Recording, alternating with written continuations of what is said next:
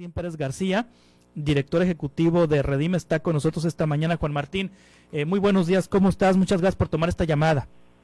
Gracias, Juan Carlos. Pues efectivamente estamos en un punto, ojalá que nos permita dar retorno, pero ahora mismo niños, niñas y adolescentes en nuestro país en los últimos años se han convertido ya en blanco de los ataques de grupos criminales y de las fuerzas del Estado mexicano, y bueno, obviamente las cifras son mortales.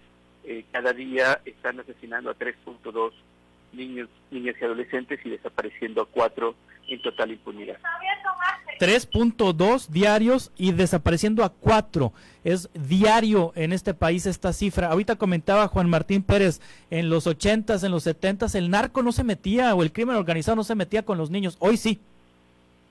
Sí, mira, tenemos una sociedad profundamente polarizada, que obviamente esto ocurre, esto no es secreto, esto ocurre siempre en los países donde se detonan guerras o conflictos armados, y aunque México no, digamos, tiene reconocido como un conflicto internacional esta guerra contra el narcotráfico, sí es recientemente dicho por la propia alta comisionada de Naciones Unidas para los Derechos Humanos, Michelle Bachelet, que México tenía datos y escenarios como un país en guerra, y creo que obviamente es ahí donde se rompen estas fronteras, pero tendríamos que levantar todas y todos con mucha fuerza la voz y exigir que con los niños no meterlos a los debates políticos, no usarlos para el escarnio y por supuesto mucho menos usarlos como una manera de dañar a sus padres o a sus adultos cercanos.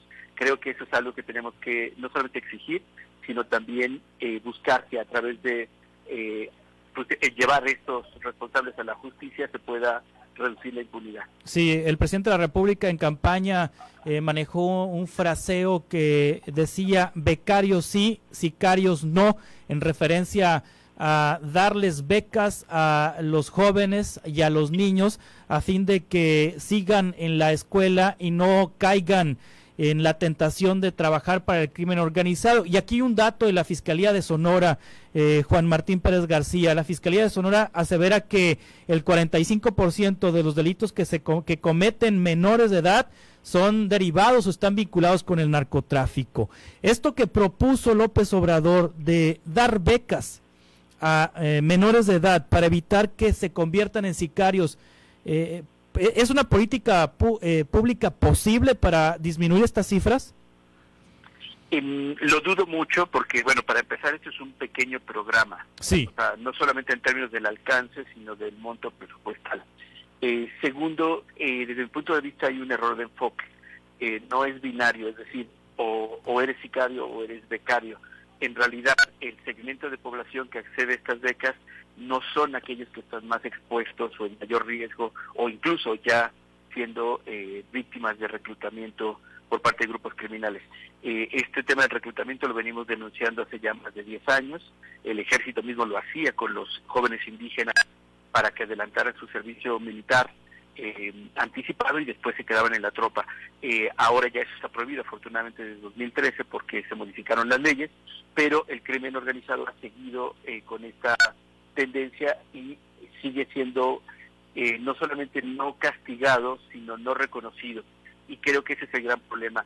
Estamos teniendo a muchísimos adolescentes y personas jóvenes reclutados de manera forzada que después son expuestos en la línea de batalla, son asesinados o detenidos y son revictimizados por las instituciones cuando en realidad habían sido víctimas de reclutamiento. Quizás el público recuerde este triste caso paradigmático de Tlatlaya, en el Estado de México, donde el ejército mexicano realiza una ejecución extrajudicial de 22 jóvenes, 4 de ellos adolescentes. A 6 de ellos, de acuerdo a la investigación de la Comisión Nacional de Derechos Humanos en su recomendación sobre este tema, su familia, a 6 de ellos, su familia los había ya presentado denuncias en el estado de Guerrero por desaparición y secuestro meses antes. Fueron ignorados o no fueron buscados estos chicos y después aparecen asesinados por el ejército en Tlatlaya. Ejemplo de estas víctimas de reclutamiento que después son revictimizadas, que hasta ahora el Estado mexicano le ha costado. El pasado 30 de abril, por primera ocasión, escuchamos que la Secretaría de Seguridad Pública está reconociendo el reclutamiento y está planteando la posibilidad de empezar a construir un programa para la desvinculación de estos, particularmente adolescentes, que ya están siendo víctimas del crimen organizado. Esperemos que esto pueda realizarse, nosotros estaremos muy cerca para que esto pueda tener sentido y eficacia sobre todo. Ahora bien, Juan Martín Pérez García, director ejecutivo de REDIM, de la Red por los Derechos de la Infancia en México, no significa que estos 3.2 niños que mueren diario, no necesariamente significa que estos 4 que desaparecen diario estén al servicio del crimen organizado. Es decir, hay niños y adolescentes que no pertenecen al crimen organizado o que no han sido reclutados y que son asesinados y que son desaparecidos. Claramente tienes razón, Juan Carlos, de poder decir que la gran mayoría o casi la totalidad de estos casos son víctimas que no tienen nada que ver con acciones de carácter criminal. El público podrá recordar este grave caso recientemente en Minatitlán, hace 2 semanas, sí, de un niño de 1 año que es asesinado en el marco de una masacre, y los criminales, para generar terror, forzan a las personas ahí a ser testigos de volver a dispararle y mutilar al niño con balas. Entonces, estas prácticas de terror, de usar a los niños como una forma de infundir el rompimiento de conductas, de códigos y generar demostraciones de violencia extrema, están creciendo desde hace mucho tiempo, particularmente desde 2011, y el gran problema de esto es la impunidad. De cada 100 carpetas de investigación donde los niños o niñas son víctimas de un hecho delictivo, solo una alcanza algún tipo de sentencia condenatoria. Con esta impunidad, obviamente, hay un estímulo permanente para que los grupos criminales encuentren en niños, niñas y adolescentes blancos de ataque. Sí, ahora que la Secretaría de Seguridad Pública reconoce que hay reclutamiento de niños y de menores de edad por parte del crimen organizado, ¿eso se va a traducir en alguna política pública para evitarlo?